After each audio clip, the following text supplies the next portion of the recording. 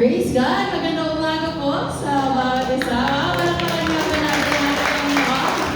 Praise Jesus! Ngayon po ay huling linggo ng taon ng 2025 at tayo po sama-samang magpapasalamat sa ating Panginoon na kasama natin simula pa nung pinanganak tayo, 1980 po kayo pinanganak. Pero simula po noon hanggang ngayon, siya po ang Diyos na kasama natin. Kaya naman po karapat-dapat po siya ng lahat ng pasasalamat at pagdakita. Amen? Amen po ba? Sige po, tayo po'y tumayo at tayo po'y magpasalamat sa ating Panginoon. Thank you, Jesus. We praise you, Lord God. We glorify you in this place. Panginoon, punong-puno ng kagalakan ang aming mga puso. Lord, thank you.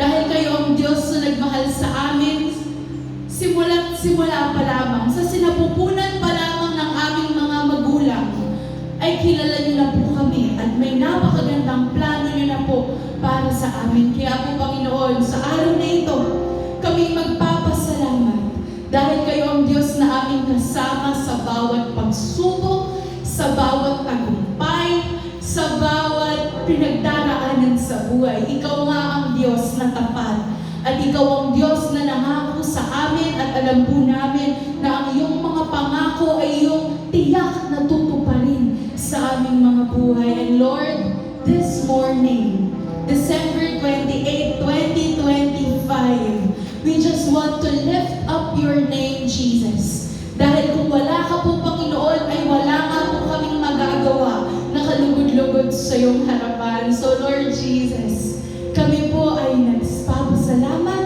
kami po ay nag-uumapaw sa papuri at pagsamba. Kaya po, Panginoon, sa oras na ito, aming pong dalangin na saliksikin mo ang puso ng bawat isa upang ang aming pagpupuri sa iyo ay kalugod-lugod sa iyong harapan. Ngayon pong araw na ito, let's just put our eyes, fix our eyes on Jesus. Dahil siya po ang Diyos na ating kasama. Kaya po, Panginoon, ikaw ang Diyos na karapat-dapat ng lahat. Kami aawit, kami iindak, itataas namin ang aming mga kamay at aming gagamitin ang aming mga tinig upang itaas ang iyong pangalan, papurihan ka at dakilain ka, aming Panginoong Jesus. Lord, ikaw ang Diyos na tapat at hindi nagbabago. Ito ang aming panalangin sa pangalan mo lamang, Jesus. Amen! Amen! Let's celebrate! Hallelujah! Umaapaw ang ating pagsamba sa ating Panginoon. Hallelujah! Napakabuti ng Diyos.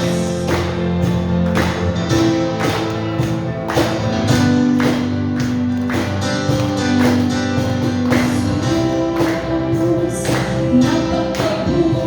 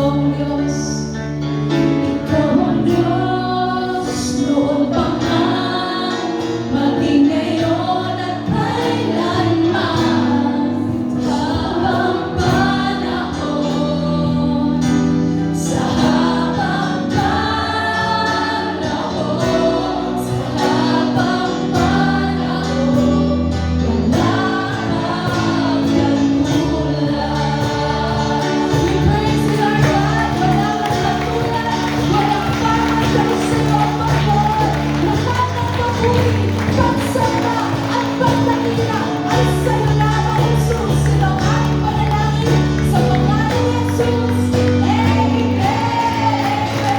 Hallelujah! Praise the Lord God. Thank you, Jesus. Panginoon. Sabi mo sa iyong katabi, kapatid, ako'y masaya. Katabi kita ngayon. Hallelujah. Isa pong pinagpala at mabiyayang umaga sa bawat isa. Muli tayo po ngayon ay nandito sa bahay panambahan, hindi lamang para magpuri, sumamba sa ating pong Panginoon, kundi higit sa lahat, tayo ay tatanggap ng Kanyang mga salita.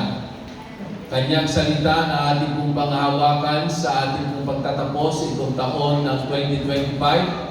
Kanyang salita na ating panghahawakan sa ating pong paglakad sa taon ng 2026. Amen.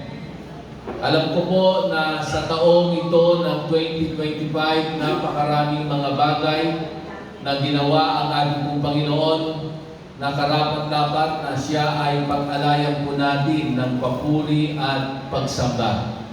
Pag-alayan po natin ng pasasalamat. Kaya nga po ang ating pong pagtitipon sa umagang ito ay tinatawag po natin Thanksgiving Celebration.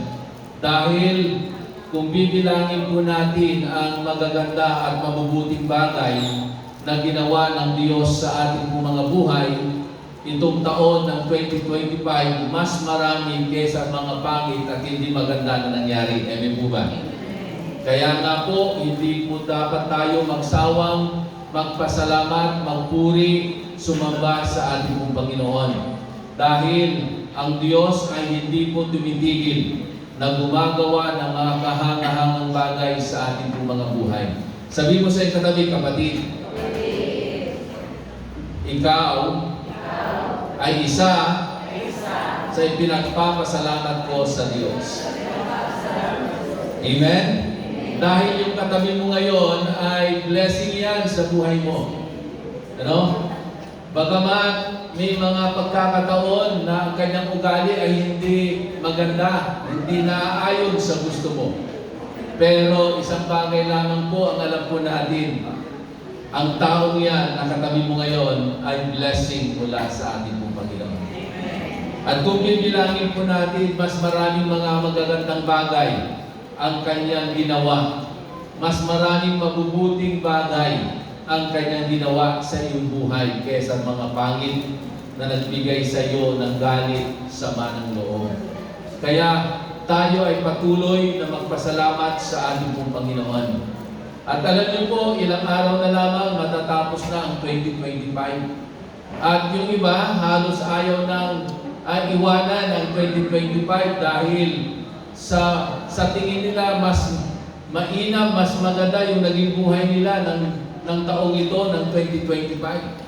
Yung iba naman, nagmamadali na lisanin ang taon ng 2025 dahil siguro sa dami naman ng mga pangit at hindi magagandang nangyari sa kanilang mga buhay. Pero nasaan ka man sa ganung kalalagayan? Ano ba yung attitude mo? Ano ba yung puso mo sa iyong pagharap sa taong 2026? At ano ba ang attitude ng puso mo at ano ba ang kalalagayan ng puso mo sa iyong paglisan sa taon ng 2025? Napakahalaga na maunawaan po natin ang mga bagay na ito. Dahil alam po natin na ang bawat taon na dumadaan sa atin ay napakabilis. Ano? Para bagang natulog lamang tayo pag-gising natin, 2026 na. Ano? Ganoon kabilis, ganoon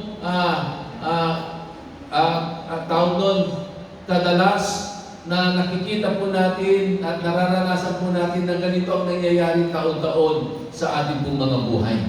Pero isang bagay lamang po ang nais ko pong ibigay na encouragement sa bawat isa. Ano man po ang naging kalalagayan po natin, maganda, mabuti, nakakalungkot, punong-puno ng kapigatian ang taon ng 2025, patuloy po tayo magpasalamat sa Diyos. At higit sa lahat, meron po tayong ahakbangan na panibagong taon. At ang taon na ito, hindi natin alam kung ano ang inihanda ng Diyos. Pero sa lahat ng anak ng Diyos, at sa lahat ng naniniwala at nananampalataya sa ating Panginoon, alam natin na merong mas magandang inihanda ang Diyos sa 2026. Naniniwala ba kayo? So, ang tema po ng ating pong pag-aaral sa umagang ito ay pinamagatan kong ending one year, preparing for the next year. So, ending one year, but we need to prepare ourselves for the next year, for this coming year of 2026. Yes, ayaw mo man o gustuhin mo man na matapos ang 2025, mangyayari po yun. Ano? Ang katotohanan niya, ilang araw na nga lang eh. Ano ngayon? 28. So, 29, 30, 31, tatlong araw na lang. At 2026 na. No? So, nawa, kung gaano po tayo ka-excited nung pumasok ang taon ng 2026, ganun din po tayo ng 2025, ganun din po dapat tayo ka-excited na tapusin ang taon ng 2025. No? Dahil alam natin na ang Diyos na sumama sa atin nung magsimula ang taon na ito ay ang Diyos din ang sasama sa atin sa taon ng 2026. Ano? So, buksan po natin ang ating pong mga banal na kasulatan sa aklat ng Awit chapter 90 verse 12. Psalms chapter 90 verse 12. Sabi po dito sa salita ng ating pong Panginoon sa wikang Ingles, and then after that, babasahin ko po sa wikang Tagalog para lalo po nating makita kung anong nais ng Diyos na ipabatid na mensahe sa atin sa umagang ito.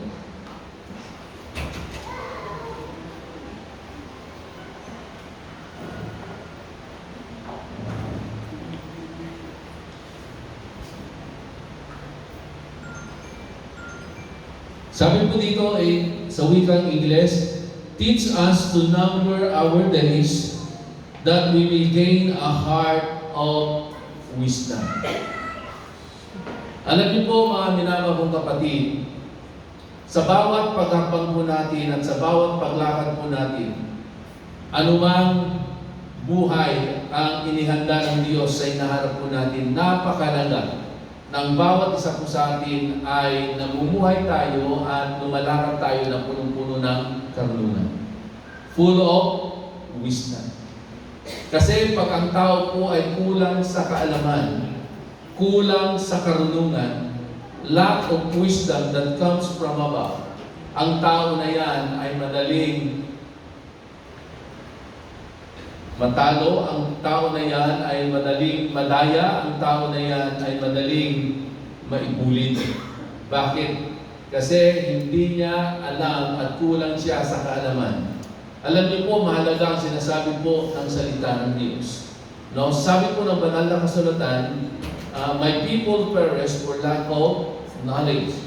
The other translation po, the word knowledge means wisdom. Na ang tao kulang daw sa karunungan na nagmumula sa ating Panginoon ay madaling mapahamak. Napapahamak ang tao. Kaya tingnan niyo po, napakaraming mga tao sa ating kapanahonan ay napapahamak. Bakit? Kasi ang mindset nila ay nakatuon lamang sa mga bagay dito sa mundo ito.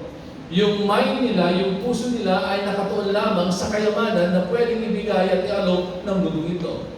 So, hindi po sapat po yun. Hindi sapat ang kayamanan, hindi sapat ang anumang mga material na bagay na pwedeng tamasahin at kamtin ng isang individual, kundi higit sa lahat, kung nais mo ng buhay mo ay maging maayos, maging matagumpay, at malakaran mo ang kalooban ng Diyos sa iyong buhay, kailangan mo ang karunungan na nagmumula sa Diyos. Sabi nga ng aklat ng James, ng Santiago, ang sinumang kulang ng karunungan ay humingi sa Diyos. At ang Diyos ay tapat at hindi siya nag-iibot at bibigyan kanya ng karunungan. At pag ikaw ay binigyan niya ng karunungan, ang Diyos ay hindi nanunubad. So, kanino tayo hingi ng karunungan kundi sa ating pong Panginoon? That's why in this year of 2026, maging sa ilang araw na lamang na pagtatapos ng 2025, napakalaga ng buhay po natin ay laging nakasuko sa ating pong Panginoon. Ng buhay po natin ay laging ipinagkatiwala natin sa ating pong Panginoon. No? Sa Tagalog, ano sabi po dyan? Dahil itong buhay namin maikli lang sa panahon, itanim sa isip namin upang kami ay mamuhay ng may kasaganaan. So, makikita po natin mga minamahal kong kapatid na isa sa mga dahilan o susi para ang isang individual ay mamuhay ng may kasaganaan at katagumpayan, kailangan ay meron kang karunungan na nagmumula sa ating Panginoon.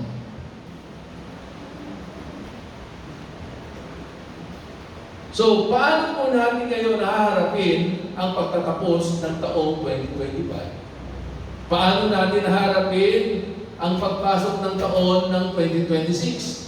Gaya na nasabi ko nga kanina, kailangan meron tayong maayos na puso.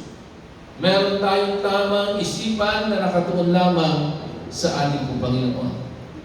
So, ano ang dapat natin gawin? Ano ang dapat nating maunawaan sa pagtatapos ng taong ito at sa pagpasok ng taon ng 2026? Kailangan, huwag nating kakalimutan yung mga bagay na nangyari noong nakalipas. Bagamat meron din sinasabi ang salita ng Diyos na huwag tayong mag-dwell in the past. So, pwede nating babalikan yung mga nangyari sa nakaraan, but do not dwell on it. Amen? Pwedeng isipin natin yon, pero huwag kang manatili sa mga nangyari noong mga nakaraan. Sabi dito, ending the year, think back over the past 12 months. So, kung tatanungin ko po kayo sa umaga ito, ano ang naiisip nyo, ano ang gusto nyong balikan na nangyari na magaganda sa inyong buhay itong nakalipas na 12 buwan? Kung kayo ang aking tatanungin, ano yung gusto nyong binabalik-balikan at babalikan nyo sigurado sa mga nangyaring magagandang bagay sa inyong buhay, sa inyong pamilya, sa inyong trabaho, sa inyong negosyo, o anuman sa iyong career, na babalikan mo dahil ang Diyos ay merong ginawa sa buhay mo. Alam niyo po, minsan sa ating mga buhay, napakadaling isipin yung mga bagay na magaganda at mainam na nangyari sa ating buhay. At ito pa nga katotohanan dahil napakaraming magaganda at mainam, ayaw na nating iwanan ng mga bagay nito. Minsan ayaw na nating lumipas pa ang 2025 dahil ang daming magagandang bagay na nangyari. Pangalawang tanong, what was the biggest challenge na naranasan mo itong taon ng 2025? Meron bang matinding challenge na naranasan ka sa taong ito? Sigurado lahat po tayo meron. Amen? May mga challenges tayong naranasan at hinarap itong taon ng 2025. Pero, sa mga naranasan mong mga challenges na ito, paano ka tinulungan ng Diyos sa iyong sitwasyon? Kailangan, huwag natin kakalimutan yun. Kaya nga, makikita po natin, may mga tao, may mga kapatiran na hindi nahihiya na tatayo sa harapan para ipatotoo at i-share yung kabutihan na ginawa ng Diyos na minsan siya ay nandun sa pinakamahirap na sitwasyon pero kumilos ang Diyos at sila ay tinulungan ng ating Panginoon.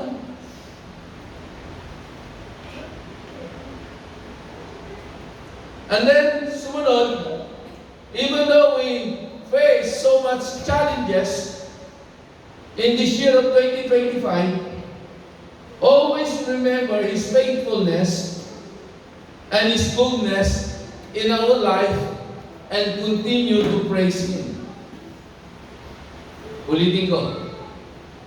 Dahil nung tayo ay humarap ng mga matitinding mga challenges sa ating mga buhay, at ang Diyos ay kumilos na merong kahangahangang pagkilos ng Diyos sa ating pong mga sitwasyon, huwag nating kakalimutan bagkus patuloy nating alalahanin ang kabutihan at katapatan ng Diyos sa ating pong mga buhay at higit sa lahat, tayo ay magpuri at magpasalamat sa Kanya. Hindi yung iiwanan mo ang taon ng 2025 na hindi ka man lamang nakapagpasalamat sa ating pong Panginoon. Alam niyo kapatid, pag hindi ganoon yung attitude natin, hindi ganoon ang kondisyon ng puso po natin, na bago matapos ang taon ng 2025, ay hindi po natin inalala ang kabutihan at katapatan ng Diyos sa ating pong mga buhay, at hindi po tayo natutong magpasalamat sa Kanya at magpuri sa Kanya sa Kanyang kabutihan at katapatan sa ating pong mga buhay, sasabihin ko po sa inyo kapatid, hindi nyo mai-enjoy ang taon ng 2026. Hindi lamang yun, baka lalakaran nyo ang taon ng 2026 na punong-puno ng takot at pag-aalala. Dahil wala kang pagtitiwala sa Diyos. Dahil minsan hindi mo man lamang napasalamatan ang ating pong Panginoon. That's why, bago matapos ang taon ng 2025, bago matapos ang taon, ginagawa po natin yearly, tayo ay nagpapasalamat sa Diyos. Yung awitin pa lamang na inawit natin kanina, punong-puno ng pasasalamat at punong-puno ng pag-alala ng kabutihan at katapatan ng Diyos sa ating pong mga buhay. Amen? Pangatlong tanong, what you have learned through all these challenges in this year of 2025. Kailangan po, meron po tayong ganoong mindset na dapat lumalagay tayo sa isang kalalagayan. Ano ba yung natutunan ko sa mga nangyari at ginawa ng Diyos sa buhay ko itong taon ng 2025? Kasi pag meron kayong assessment ng ganon, sabihin ko po sa inyo, magiging excited po tayo na haharapin ang 2026. Ako po, kahit ang daming mga nangyari itong taon ng 2025, hindi lamang magaganda, kundi marami rin mga bagay na hindi kaaya-aya. Pero ako po, every time na papasok ang bagong taon, excited po ako lagi. Dahil alam ko na sa bawat anak ng Diyos, sa bawat nagtitiwala sa Kanya, laging merong bago at merong magandang gagawin ang Diyos sa buhay ng Kanyang mga anak. Amen? Praise God. Siguro po yung mga nasa likod na nakatayo, punta po kayo dito sa harapan, marami po tayong upuan. Sige po, bago po ako magpatuloy, hihintayin ko po kayo.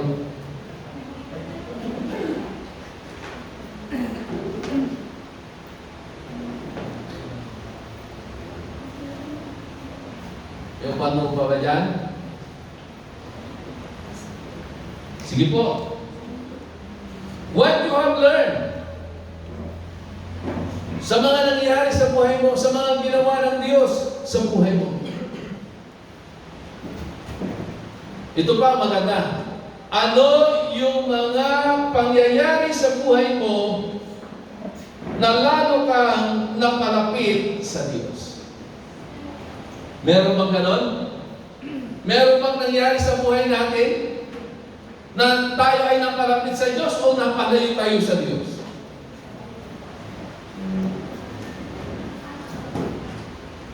Sunod, rejoice in His loving kindness. Tayo ay magpuri sa Kanyang kabutihan sa ating pong mga buhay. Dahil ang Diyos ay hindi tumitigil na gumagawa ng mabuti sa ating pong mga buhay. Amen? Because our God is good. And He is good all the time. And all the time, God is good. Because He is good, we need to rejoice always in His loving kindness. Pagtakin mo, may ginawa na ang Diyos na mabubuting bagay sa iyong buhay, nakasimangot ka pa rin. Anong ugali yan? Yung abutan ka lang na regalo ngayon, kahit hindi mo pa alam kung anong laman nung nasa kahon na yun na binalot tumantuwa ka na. Yung pa kaya ang Diyos na gumawa ng kahangahangang bagay sa iyong buhay? Amen? Kailangan natin magpuri sa Kanya. Kailangan natin magalak sa ating pong Panginoon. In good times or in bad times, we need to rejoice. We need to thank Him. Sabi nga ng banal na kasulatan, sa anumang panahon, sa anumang sitwasyon, sa anumang kalagayan, thank Him. Magpasalamat tayo lagi sa Diyos. Alam niyo, sa Apostol Pablo, sa tingin ko, sa lahat ng lingkod ng Diyos, siya yung lingkod ng Diyos na nakaranas ng lahat ng bagay sa kanyang buhay, pangit, maganda, masakit, naranasan niya makulong, naranasan niyang palutang-lutang sa karagatan ng ilang araw, ilang gabi. Pero siya yung tao na alam niya yung kanyang standing sa ating pong Panginoon. Siya yung tao at lingkod ng Diyos na hindi nagsasawang laging magpuri at magpasalamat sa ating Panginoon. Philippians chapter 4 verse 4. Ano sabi noon? Rejoice in the Lord always, and I say again, rejoice. Magalak tayo lagi sa Diyos, at sinasabi ko, magalak lagi tayo sa Diyos. Hindi yung ang pangit naman na araw-araw na lang nakasimangot ka. Buti nakakatiis pa yung kasama mo sa bahay. Ang pangit yung araw-araw na lang, puro ka bunganga, puro ka reklamo. Buti hindi ka iniiwanan ng mga kasama mo sa bahay. Amen? Imbis na magbunga ka, imbis na magreklamo ka, imbis na magsimangot ka, amen? Imbis na malungkot ka, rejoice! Amen? Magalak sa ating pong Panginoon. Alam niyo ba, sa aking karanasan, ang lungkot, ang galit, ang reklamo, walang may dudulot na maganda sa iyong sarili. Kahit sa iyong pisikal na pangangatawan, kahit sa iyong missions, kahit sa iyong isipan, yan pa nga nagdudulot ng sakit at karamdaman. Yan pa nga nagdudulot sa iyo ng matinding pangamba. Yan pa nga nagdudulot sa iyo nang wala kang kapayapaan. Sino dito yung hindi makatulog?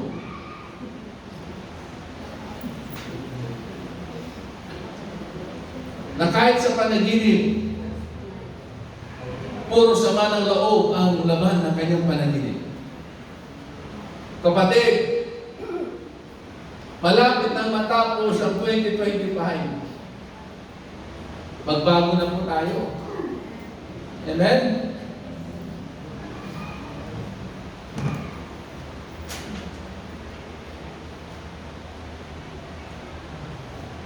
Dahil maraming nangyaring magaganda at pangit sa buhay natin this year of 2025, but in this coming year of 2026 is a year of major change for us. Naniniwala ba kayo? Amen? Sabihin mo sa iyo katabi, kapatid, 2026 is a year of major change in your life. Hallelujah. Pag sinabing major change in every aspect, in every areas of our life, we will experience major change. Amen. Change in our finances. Change in our perspective. Change in our priorities. Change in every situation in our life. We will experience a major change in our life this year of 2026. Pag naunawaan niyo po itong salitang major change na ito, maging excited po tayo. Kasi anumang kalalagayan na meron ka ngayon, merong matinding pagbabagong gagawin ng Diyos. Amen? At alam niyo ba, ang Diyos, pag siya ay kumilos at gumawa ng major change, hindi po yan pababa, kundi yan ay pataas. From glory to glory, from victory to victory. Yun yung change na gagawin ng ating po Panginoon. Hindi yung maayos sa buhay mo ngayon, sa 2026, gagawin niya pangit, hindi. Hindi gano'n ang Diyos. Yung major change na gagawin ng Diyos, yung kalalagayan mo ngayon, 2025, hindi magiging stagnant yan, magkakaroon ng tinatawag na progress. Merong mangyayaring pagtaas ng level ng iyong pananampalataya.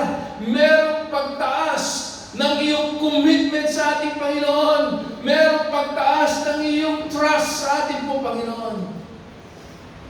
That's why merong mangyayaring major change sa atin itong taon ng 2026. Ito yung payo ko po sa bawat isa. We need to seek God for next season. We need to seek God next year. Kung itong taon ng 2025, halos hindi mo hinanap ang ating Panginoon, this coming year of 2026, continue to seek Him. Maging priority mo ang ating Panginoon. Hindi mo siya mahanap ng minsanan lang. You need time. You need discipline. You need commitment. Amen? That's why the Bible says, if you seek me with all of your heart, you will find me. Hindi yung hinanap mo ngayon, ilang minuto lamang at meron kang pinagdaanan, hinanap mo ngayon, pakalipas ng ilang araw, meron kang problema pinagdaanan, titigil ka na. Hindi. We need to seek Him with all of our heart this coming season. The season of major change in our life.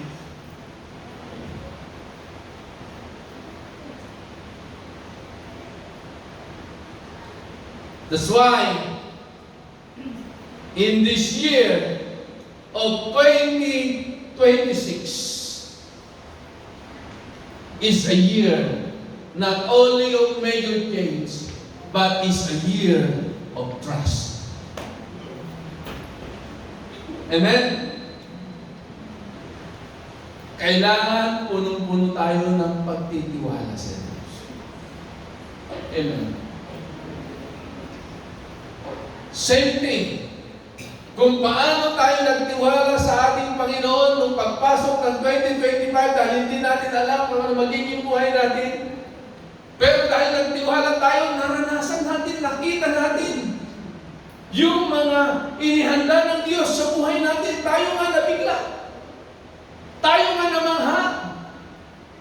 Yung iba nagkaroon ng promotion, yung iba nagkaroon ng trabaho, yung iba answered prayer, yung iba naman nagkaroon ng kagalingan sa kanilang sakit at karamdaman, yung iba nagkaroon ng financial breakthrough.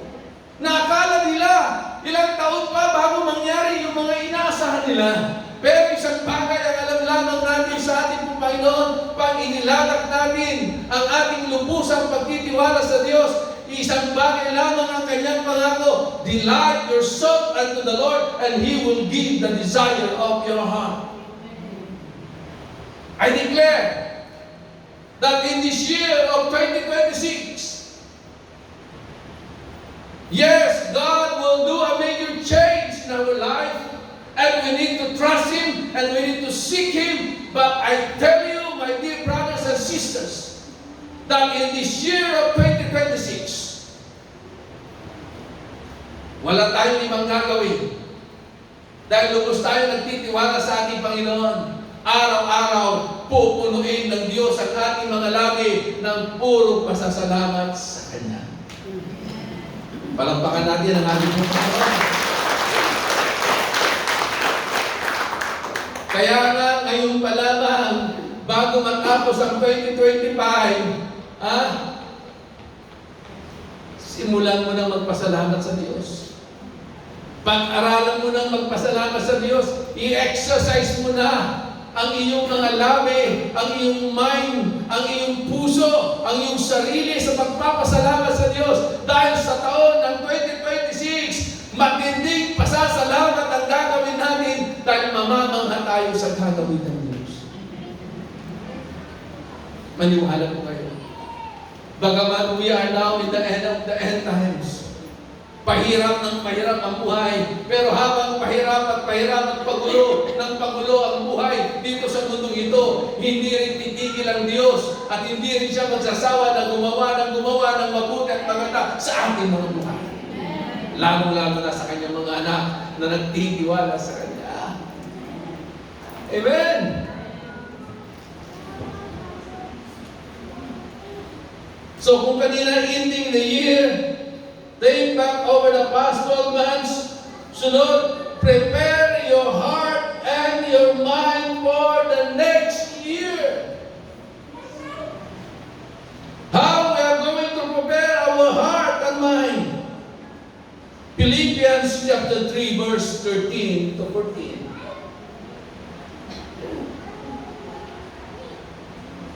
Anong sabi po dyan? But one thing I do, forgetting what is behind and straining toward what is ahead, I press on towards the goal to win the prize, for which God has called me heavenward in Christ Jesus. Itong si Apostol Pablo, ganito yung kanyang mindset. Ganito yung kanyang attitude. Na araw-araw, habang siya sumusunod sa kalooban ng Diyos at tinutupad niya ang kanyang pagkatawag bilang lingkod ng ating pong Panginoon, ano raw ang kanyang ginagawa? Forgetting what is behind. Okay? Ito yung sinasabi ko sa inyo. Pwede nating alalahanin, pero do not dwell on it. Kasi, ang Diyos, pag gumawa, ay laging bago. gumawa ang Diyos ay laging bago. Parang ganito yun. Pag nagpala ang Diyos ay laging bago. Hindi yung ang lagi mong ini-enjoy at inaalala yung blessing mo last year. Paano mo ma-enjoy at meron darating na blessing sa iyo ngayon kung nakadwell ka pa rin sa blessing mo last year?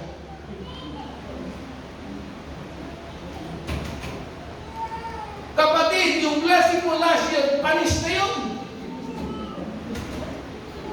Sino dito ang gustong i-enjoy niya yung panis na pagkain, panis na biyaya, panis na blessing? Di ba gusto natin laging bago? Bakit maraming ukay-ukay? Tanong, bakit maraming ibinibentang ukay-ukay? Kasi ang tao palit ng palit. Bili ng bago. Pero kung walang bumibili ng bago at lagi sinusot yung luma, walang ukay-ukay.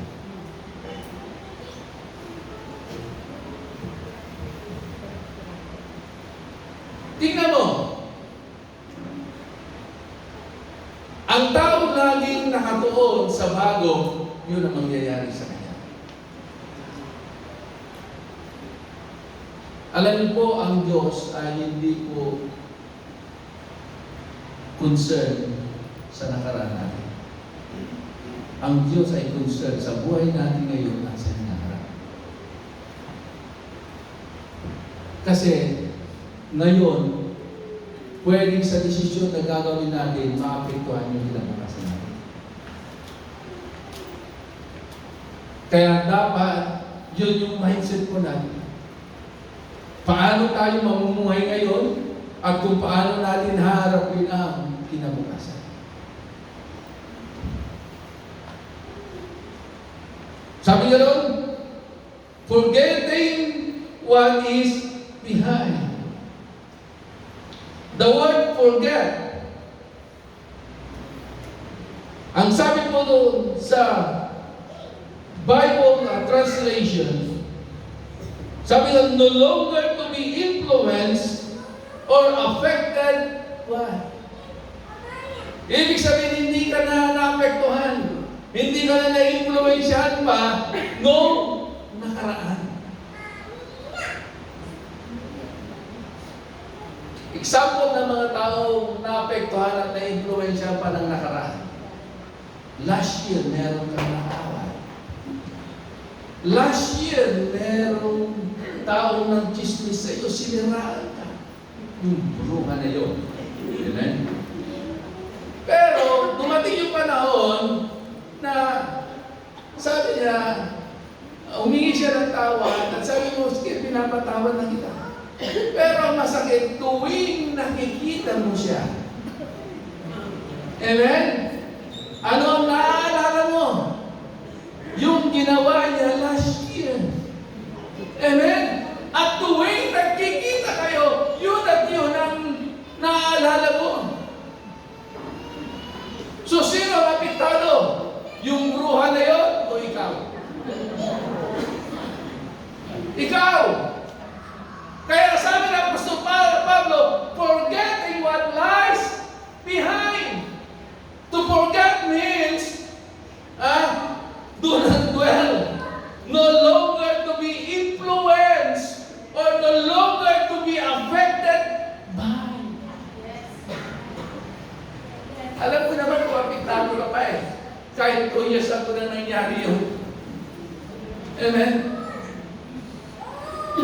Sino dito na tuwing inaaway mo yung mister mo, ang binabalikan mong isyo ay hindi yung ngayon, kundi yung nakaraan?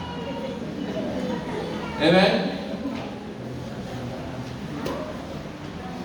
Pagka noong ka, kapatid, kailangan mong makalaya. Amen? You need this kind of mindset that Apostle Paul is saying. Forgetting what lies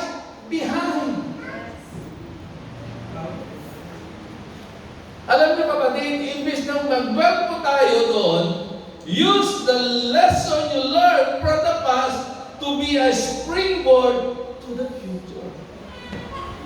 Amen? At ito pa.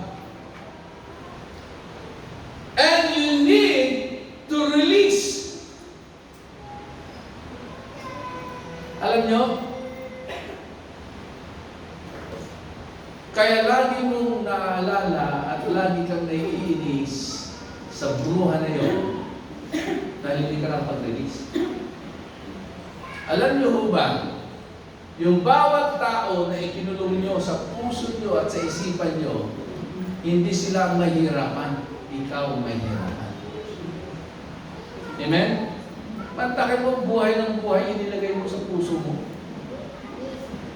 Hindi mo naman buhay yun, hindi mo naman pag-uugali yun, pero inilagay mo sa utak mo.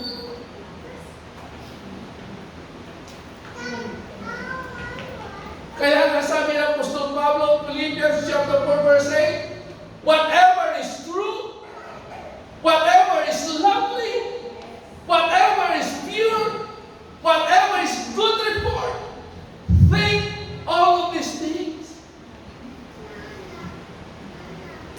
Dapat daw isipin natin kung ano ang mabuti, kung ano ang maganda, kung ano yung good report.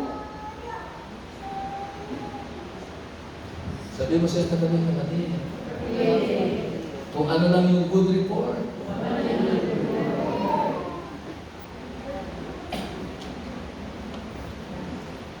Ito pa maganda. Use the past events to help you go forward to become the person God desires. Hallelujah. Ano ba ang desire ng Diyos sa bawat isa sa atin? Na tayo ay mabuhay ng kaaya-aya, ganap, at kasiyasihan. Amen?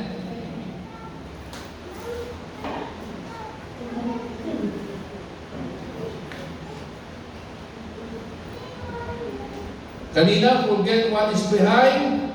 Sunod, strain toward what is ahead. Ituon daw natin ang ating mga paningin at isipan kung ano ang nasa inaharap. Gusto mo bang makalayo sa iyong buhay? Huwag kang kagaya ng isang nag-aararo na lingon-lingon. Dahil sigurado ang isang magsasaka na nag-aararo ng lingon-lingon, sigurado ang kanyang inaararo ay hindi maganda. Walang patutunguhan. Kailangan nakafocus. Sabi mo sa katabi, kapatid, kailangan nakafocus. Amen?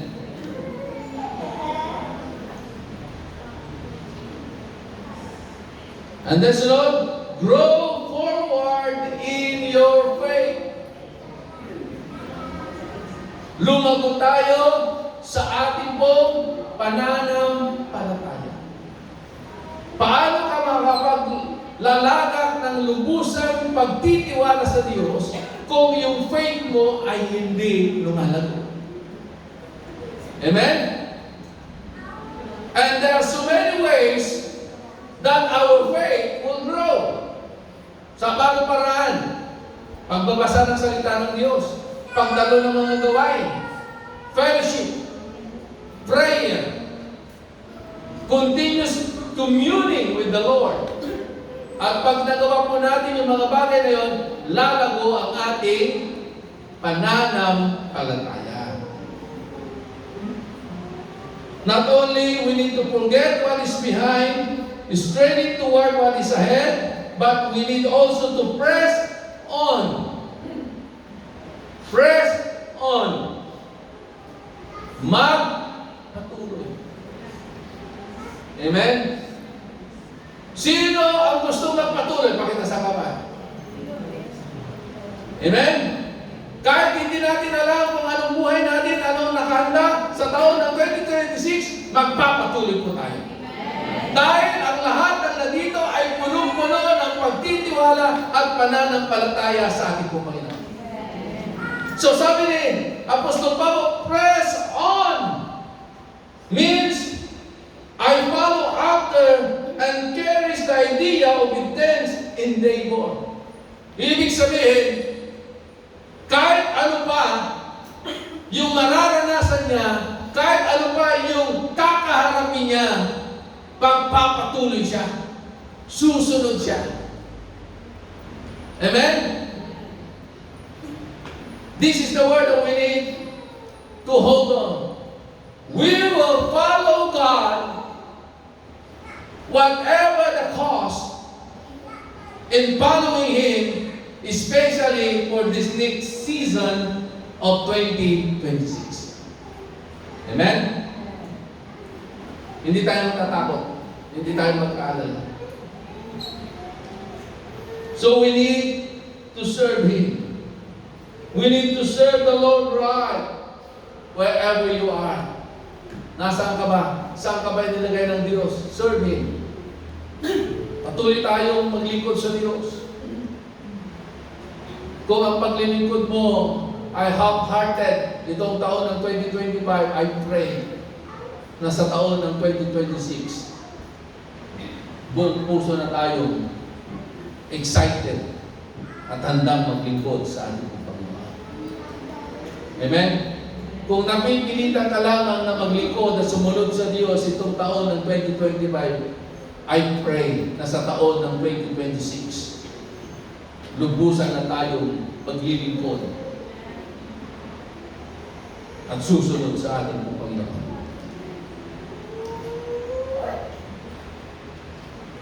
Wala nang kasing sarap ang maglingkod sa Diyos.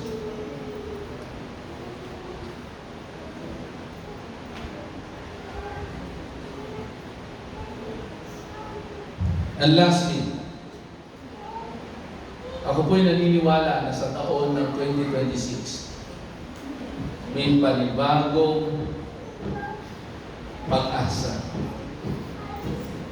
na inilaan ng Diyos sa bawat isa sa atin. Sabi mo sa katabing kapatid, may bagong pag-asa. Amen? Kung nawalan ka na ng pag-asa itong taong ito, kapatid, sa taon ng 2026, may bagong pag-asa. Sa wikang English nga, ang sabi doon, fresh hope. Fresh hope. Panibagong pag-asa ang ibibigay ng Diyos sa bawat isa sa atin. Why? Bakit merong bagong pag-asa sa ating pong Panginoon? Because our God is faithful. Our God is sovereign. Amen? At ang Diyos natin ay hindi nagbabago. At kahit anong mangyari sa ating inaharap, naniniwala tayo na merong matinding pag-asang inilaan ng Diyos sa bawat isa sa atin. Alam nyo, ang taong wala ng pag-asa ay yung nandun na sa tuluhan. Doon. Sa pambayang kayo ang nagsabi noon. Amen? Yun yung mga wala ng pag-asa. Ano pa? Lagi nating naririnig, habang may buhay ay pag-asa. Pero sa mga mananampalataya, habang tayo ay nagtitiwala sa Diyos at nananampalataya sa Kanya at ang buhay natin ay nakasandig sa Kanya, lagi tayong may pag-asa. Hebrews chapter 10 verse 23.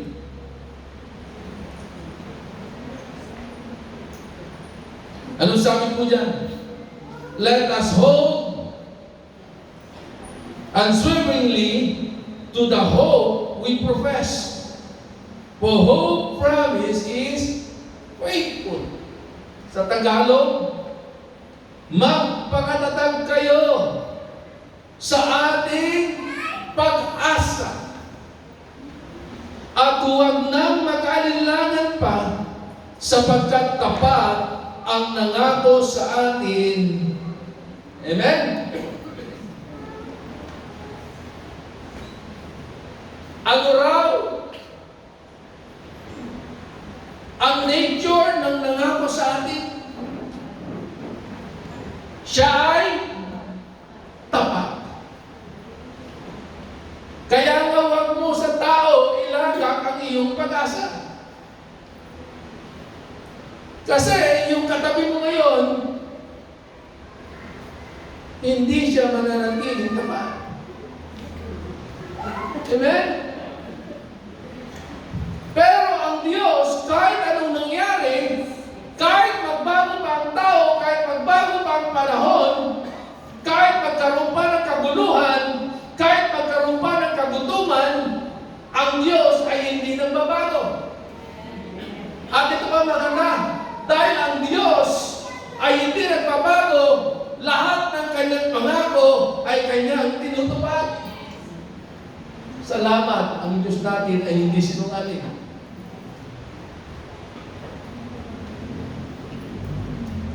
Bilang pagtatapos sa ating pong pag-aaral, as a conclusion po, kailangan natin mag-focus sa ating pong future. Ulitin ko, we need to focus on our future, not on our past, but on our future. Kasi yung future natin, yung nasa inaharap natin ay siguradong mas mainam. Yun yung sabi ng Apostol Pablo, I press on towards the goal. Ano ba yung goal mo as a believer?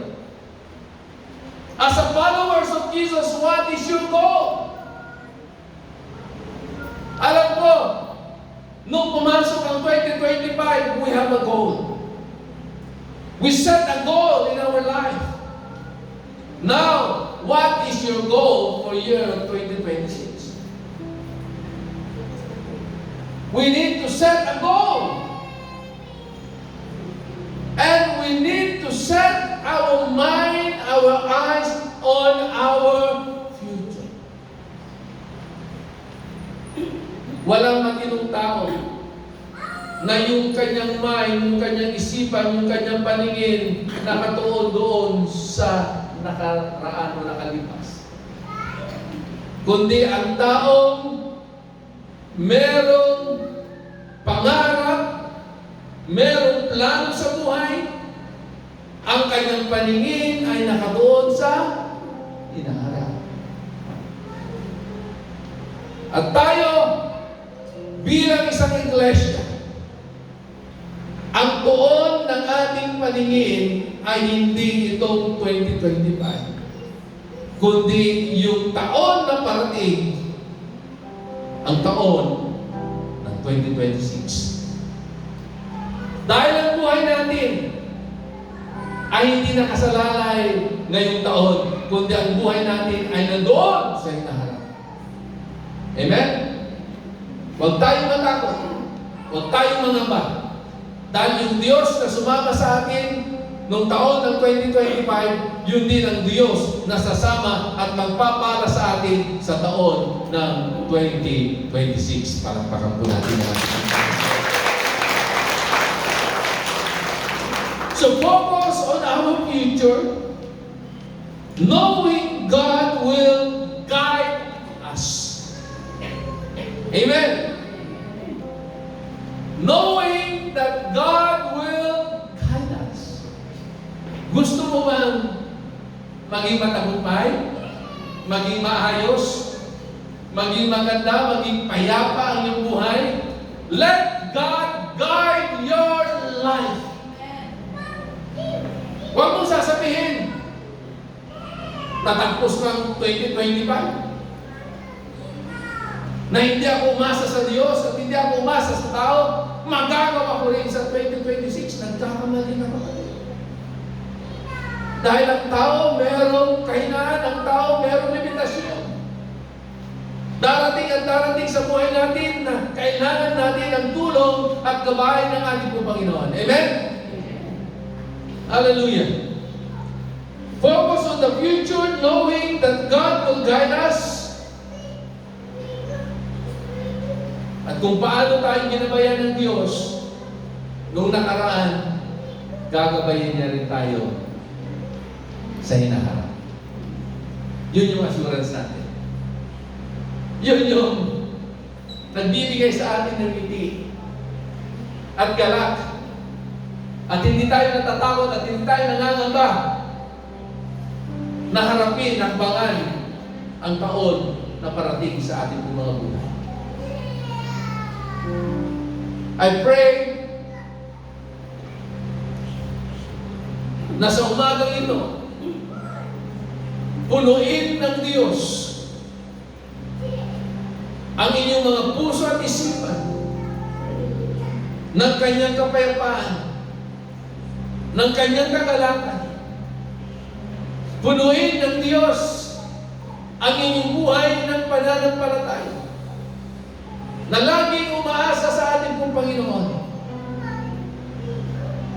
Believing that God will do great things to each and every one of us in this year of 2026.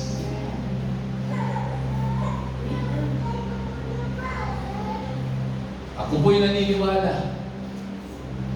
Pag ganito yung attitude po natin, ganito yung focus ng ating po mga isipan, ng ating po mga puso, knowing that God will guide us, ito yung assurance na meron po tayo. Surely God will do great things in your life. In my life. In our life. God will do great things. That's why we need to trust Him. Tayo po tumayo, tayo po manalangin sa oras na ito.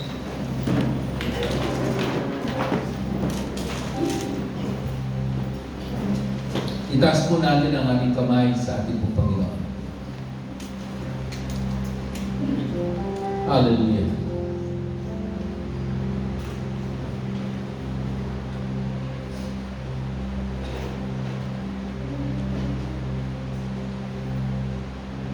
Sa oras na ito, habang nakataas ang iyong kamay, habang nakapikit ang iyong mga mata, gaya ng mga ilang katanungan na ating pong binanggit kanina. Ano ba yung mga magagandang bagay na ginawa ng Diyos sa buhay mo itong taon ng 2020? Meron ka bang dapat na ipagpasalamat sa Kanya? Kung meron kapatid, pasalamatan mo ang ating Panginoon.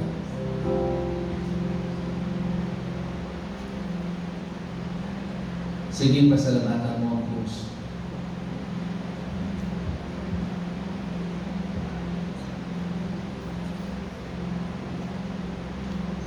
Matapos na atin siyang pasalamatan, ako po'y naniniwala na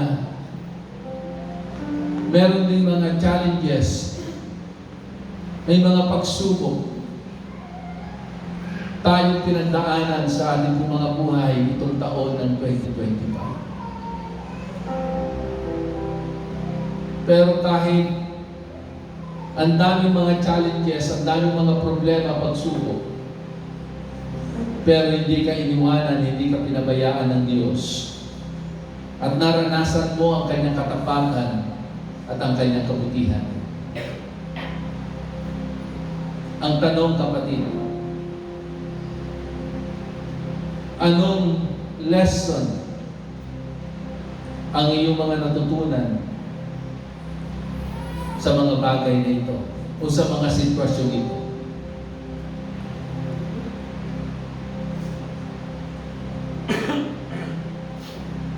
Kapatid, sa oras na ito,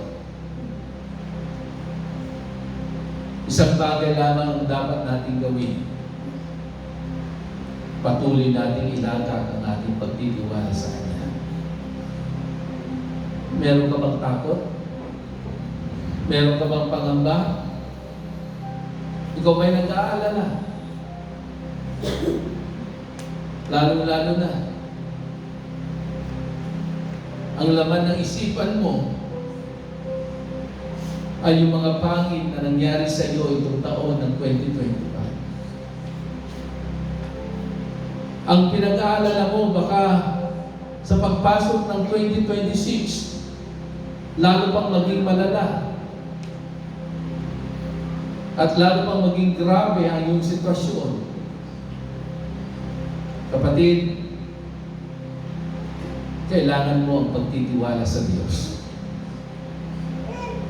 Kailangan mo na ang iyong pananampalataya ay lumago, lumakas, tumibay.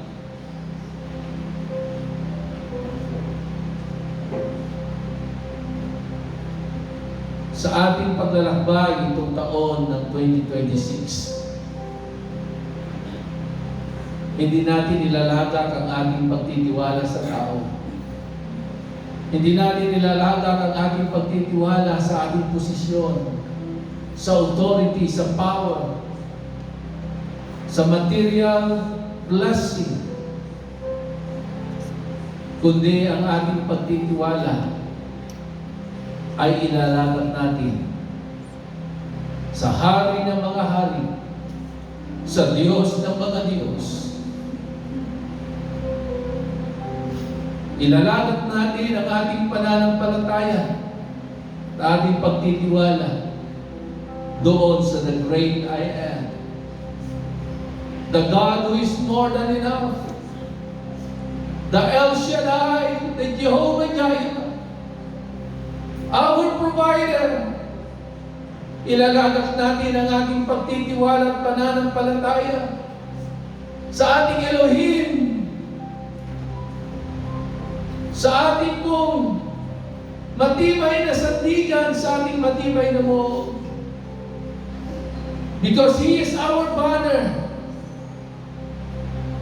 Ating ilalagak ang ating pagtitiwala at pananampalataya sa ating Jehovah Rapha, sa ating dakilang manggagamot, the great healer. Salamat po, Panginoon, dahil wala pong ibang Diyos kaming kikalalanin, sasambahin at paglalagakan ng aming pananampalataya, kundi Ikaw lamang aming Panginoong Jesucristo. Salamat po, Panginoon, sa buhay ng bawat isang nandito. Palakasin mo ang kanilang pananampalataya. Patibayin mo ang kanilang, Lord, pagtitiwala sa iyo. At higit sa lahat, Panginoon, samahan mo kami sa mga nalalagip ang mga araw itong taon ng 2025. At muli, Panginoon, aming pinagkakatiwala sa iyo ang aming pong buhay. Lahat ng aming mga plano, itong taon na parating, ang taon ng 2026. Lord, salamat! Walang hanggang pasasalamat sa mga kabutihan mo at katapatan mo sa aming pong mga buhay. Salamat sa answered prayer, Panginoon. Salamat, O Diyos, sa kagalingan, sa kalakasan pisikal. Salamat, Panginoon, binago mo ang bawat miyembro ng aming pong pamilya. Salamat, Panginoon, pinagpala mo ang aming negosyo. Salamat, Panginoon, pinagpala mo, O God, ang aming trabaho. Salamat, Panginoon, pinagpala mo ang aming pag-aaral. Pinagpala mo ang aming mga anak. Pinagpala mo ang aming asawa. Pinagpala mo ang aming mga magulang. Pinagpala mo ang aming mga kapatid. Pinagpala mo ang bayan ng Nicab. Pinagpala mo ang probinsya ng Nueva Ecija. Salamat, Panginoon. Pinagpala mo ang bansang Pilipinas. Walang hanggang pasasalamat, Panginoon. Oh, salamat! Dahil naniniwala po kami, O Diyos, na merong matinding changes na mangyayari sa aming mga buhay in every aspect of our life, Lord, sa taon ng 2026. Thank you! Salamat po, Ama. Lord, sa umagang nito, patuloy na pagpalain mo ang aming pong fellowship. sa lahat ng aming gagawin. Lord, salamat sa blessing. Salamat sa provision mo sa aming pong mga buhay at maging sa iglesia nito. Salamat, Panginoon. Salamat. Ang dami nang nababago sa ministry nito. Ang dami nang naayos. Ang dami nang improvement. Dahil ikaw, Panginoon, ang kumikilos at gumagalaw. Salamat, Panginoon. Salamat. Lord, minsan pa, patuloy mo na yung pinagkakatiwala ng aming pong buhay itong taon ng 2026. Pagpalain mo, ingatan mo, kalingain mo, mahalin mo ang bawat isa po sa amin. Ito ang aming panalangin sa pangalan ng iyong anak na si Jesus ang lahat ko magsabi namin. Amen. Amen. Hallelujah. Sige